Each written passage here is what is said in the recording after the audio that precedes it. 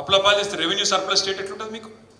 ఇవన్నీ బయటపడతాయని చెప్పి నేను మాట్లాడినాక ఆ రోజు ఆయనతో ముఖ్యమంత్రి వచ్చి గిచ్చికాయం పెట్టుకొని ఆ అక్కలని 2 మాటలని ఇంకొక ఆయనతో ఎమ్మెల్యేతో మమ్మల్ని తిట్టిపించి బూతులు మాట్లాడించి ఈ చిల్లర పనులు చేసి ప్రజల దృష్టి మరల్చేందుకు ప్రయత్నం చేస్తూ ఉన్నారు. మనం చేయవలసిందల్లా ఒకటి, ఇంకా మనకు 4 ఏళ్ల కాలం ఉంది వచ్చే ఎలక్షన్కు. మనం చేయవలసింది వచ్చే జనరల్ ఎలక్షన్కు. మీకు ఉప ఎన్నిక వస్తుంది కానీ జనరల్ ఎలక్షన్ వచ్చేది నేను చెప్పేది. వచ్చే జనరల్ ఎలక్షన్ లోపల మనం చేయాల్సిందల్లా ఒకటి, మన కార్యకర్తలను నాయకులను సుశిక్షితులైన సైనికులుగా తయారు చేసుకోవాలి. ఈ విషయాలన్నీ వాళ్ళకి చెప్పాలి. అదే ఉల్లిగడ్డ కదా ఎట్లయితే ఒక్కొక్క పొర విప్పి మంచిగా నీట్గా చెప్తా చేయొచ్చో అట్లా ఒక్కొక్క విషయం కాంగ్రెస్ చేస్తున్న చిల్లర ప్రచారం విషయంలో అబద్ధాలు ఎన్నైతే వాళ్ళు ఆడుతున్నారో ఇప్పి చెప్పాలి. శిక్షణా తరగతి ప్రారంభించుకుందాం. మనకు అన్ని జిల్లాల పార్టీ ఆఫీసులు ఉన్నాయి. ఇప్పుడు మీరు ఇక్కడ దాకా వచ్చే అక్కడ కూడా లేదు. జనగామ జిల్లా పార్టీ ఆఫీస్ మీకే ఉన్నది. బ్రహ్మాండంగా నడుపుకుందాం. అక్కడే శిక్షణా తరగతులు పెట్టుకుందాం. మన వాళ్ళను కొత్త పిల్లలు కొంతమంది సీనియర్ నాయకులు పోతే పోయినరు, పెద్ద పదవులు చేసిన వాళ్ళు, ఉప ముఖ్యమంత్రి పదవులు చేసిన వాళ్ళు కూడా ఇవాళ వాళ్ళ బిడ్డకు ఎంపీ టికెట్ తీసుకొని కూడా పార్టీకి ద్రోహం చేసిపోయినారు. ఇంకొక ఆయన స్పీకర్ ఉండే, మంత్రి ఉండే, ఆయన వేయండు. ఇంకొక పెద్ద మనిషి 2 సార్లు రాజ్యసభ, ఆయన బిడ్డ మేయరు, ఆయన వేయండు. వీళ్ళందరూ పోయినా నాకైతే విశ్వాసం ఉంది. ప్రజల చైతన్యము, ప్రజల్లో ఉండే ఒక ఉత్సాహం చూస్తుంటే, మన కార్యకర్తల్లో ఉండే పోరాట పటిమ చూస్తుంటే నాకైతే సంపూర్ణ విశ్వాసం ఉంది. తప్పకుండా మళ్ళీ 4 ఏళ్ల తర్వాత వీళ్ళందరినీ ఎవరెవరైతే మోసం చేసిండ్రో ప్రజలే తీవ్రంగా గుణపాఠం చెప్తారు. ఇక వీడో కూడా కాయగూరలు ముచ్చట్లు చెప్పిన వాళ్ళు ఉంటారు కొంతమంది. అసలు టీఆర్ఎస్ పార్టీ ఉండదట అంటాడు కూడా. విలీనం అయిపోతుందట, అయిపోయిందట, మాట ముచ్చట అయిపోయిందట. ఇప్పుడు కవిత గారు జైల్లో ఉన్నది. నేను అన్నాను, పార్టీ వర్కింగ్ ప్రెసిడెంట్ను మీదకి వెళ్ళి కవిత అన్నాను, మరి నేను పోయి ఢిల్లీలో లాయర్లను కలవద్దా, బెయిల్ ముచ్చట మాట్లాడద్దా, అవసరమైతే 4 రోజులు ఉండి ఏమవుతుందో విచారించొద్దా, అమ్మాయిని కలిసి ధైర్యం చెప్పొద్దా? గా పని మీద నేను పోతేనట వీడు బీజేపీలో కాలు మొక్కిండు, చీకట్ల బేరం చేసుకున్నాడు. మాకేం కర్మ? నిజంగా చీకట్ల బేరాలు చేసుకుంటే ఇలా కరెక్ట్గా 150 రోజులు కవిత జైలు ఉండి, కరెక్ట్గా మార్చి 15 నాడు అరెస్ట్ చేశారు. ఇలా 150 రోజులు.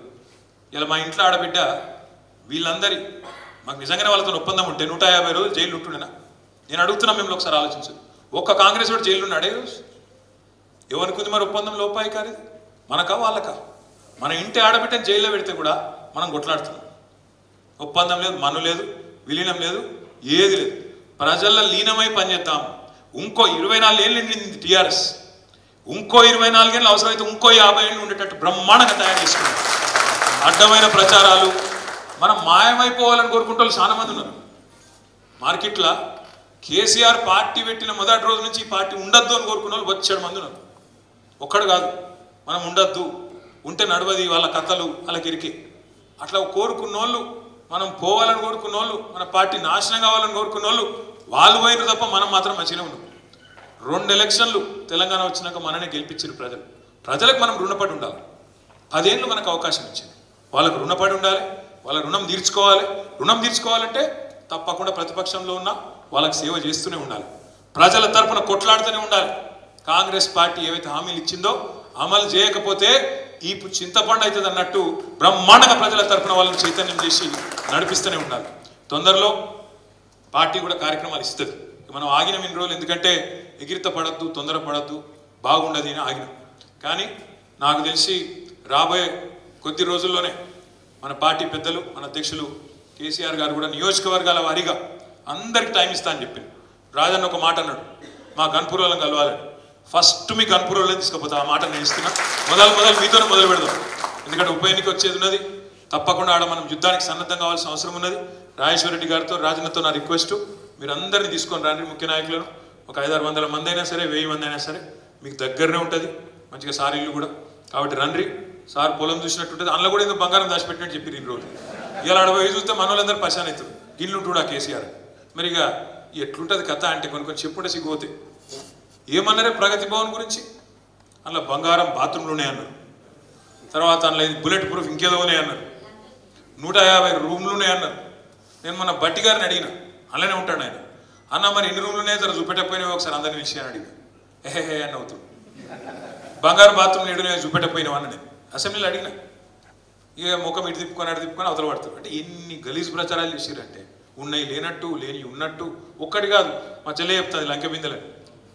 ఎంత ఎట్లా తయారంటే ఇదే రేవంత్ రెడ్డి, ఎవడో కాదు, ఇదే రేవంత్ రెడ్డి మనం పాత సెక్రటేరియట్ కులగొట్టి మంచిది కడదామనుకొని ఒకటి తెలంగాణ వచ్చింది, తెలంగాణకి ఇట్లా షాన్ లెక్క కట్టాలి ఒకటి కేసీఆర్ గారు ఒక మంచి ఆలోచనతో. ఎందుకంటే గవర్నమెంట్ లెవెల్ అది పర్మనెంట్ కాదు, ఎవరో ఒకసారి ఒక అవకాశం ప్రజలు ఇస్తే వాళ్ళు దయదలిస్తే మనం ఉంటాం, తెల్లారు ఇంకోళ్ళని ఆశీర్వదిస్తే వాళ్ళు వస్తారు.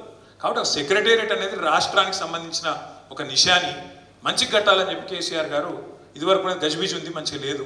ఒక ఫైర్ యాక్సిడెంట్ అయితే కూడా అలా ఈ ఫైర్ ఇంజన్ తిరిగేందుకు కూడా సందు లేదు, దానికి ఫైర్ సేఫ్టీ ఇది కూడా లేదని చెప్పి, క్లియరెన్స్ లేదని చెప్పి ఒక మంచి సెక్రటేరియట్ కట్టాలని చెప్పి దాన్ని పాత దాన్ని కూలగొట్టాడు. దాని మీద ఎన్ని తిట్లు అందులోనట. కింద లంకె బిందెలు ఉన్నాయి, నేల మాలిగలు ఉన్నాయి. పద్మనాభ స్వామి గుడి, అనంత పద్మనాభ స్వామి గుడి కింద కేరళలో ఎట్లయితే ఉండేనో అట్లున్నాయి. కేసీఆర్ ప్రగతి భవన్కి వెళ్ళి కింద సొరంగం తవ్వి అలాగే పైసలన్నీ ఎత్తుకపోయినట్టు రేవంత్ రెడ్డి. నేను చెప్పేది కథ కాదు, ఇది అన్నాడు. అప్పుడు మరి మెదడు మోకాళ్ళలో ఉండేనా ఏడున్నో తెలియదు కానీ రేవంత్ రెడ్డి, ఇదే రేవంత్ రెడ్డి కేసీఆర్ పోయి సొరంగం తవ్వుకొని కిందికెళ్ళి పైసలు ఎత్తుకుపోయినా అన్నాడు. ఏమన్నా పిచ్చోడనాలనా మంచోడనాలనా? సరే అయిపోయింది, ప్రజలు అసంటోనే గెలిపించారు. ఇలా ఆయన ముఖ్యమంత్రి అయ్యిండు.